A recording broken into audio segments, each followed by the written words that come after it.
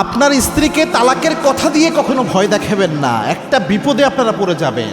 অনেক সময় এমন হয় কিছু হলেই তালাক দিব এরকম কথা বলে স্ত্রীকে ভয় দেখায় দেয়, তো ঠিক হবি না তালাক দিয়ে দিব এরকম কথা বলে। এটা কিন্তু মারাত্মক একটা বিপদ চলে আসতে পারে। এবং মনে রাখবেন, ঝগড়া হোক, ঝাঁটি হোক, মারামারি যাই হোক না কেন, মিনিমাম এই শব্দটা ভয়ের জন্য ব্যবহার করবেন না। একটা হাদিস আছে, আল্লাহর হাবিব সাল্লাল্লাহু আলাইহি ওয়াসাল্লাম প্রথমত বলেছেন, আবগাদু হালালু ইলাল্লাহিত তালাক, আল্লাহর কাছে হালাল কিন্তু নিকৃষ্ট একটা বিষয় হচ্ছে তালাক। আবার আল্লাহর হাবিব এটা বলেছেন যে ইবলিস শয়তান সমুদ্রের উপর তার আসনকে সমাসীন করে, বুখারীর হাদিস।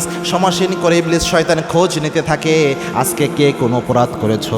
কেউ এসে বলে আজকে আমি এই অপরাধ করেছি, আরেকজন এসে বলে মানুষকে দিয়ে হত্যা করিয়েছি, কেউ বলে জেনা করিয়েছি, ব্যভিচার করিয়েছি।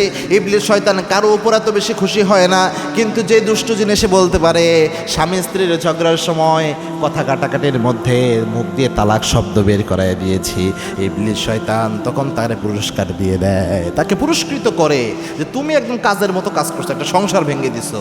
এই জন্য আপনার স্ত্রীকে রাগের বশে যখন ভয় দেখানোর সময় তালাকের শব্দ বলেন, কথা বলেন যে তোকে তালাক দিয়ে দিব, এরকম ভয় দেখাতে দেখাতে একদিন দেখবেন রাগের মাথায় তালাক দিয়ে দিলাম এই শব্দ মুখ ফসকে বের হয়ে যাবে, তখন কিন্তু কিছু করার থাকবে না। এবং কি যেই ঘরে যেই পরিবারে যে স্বামী এই অভ্যাস আছে তালাকের কথা প্রায়ই বলে, ওই পরিবারটাকে টার্গেট করে ফেলে দুষ্টজিন। কেননা এখানে একটা সুযোগ আছে পুরস্কার নেওয়ার, সবচেয়ে বড় পুরস্কারটা পাওয়ার ইবলিসের কাছে।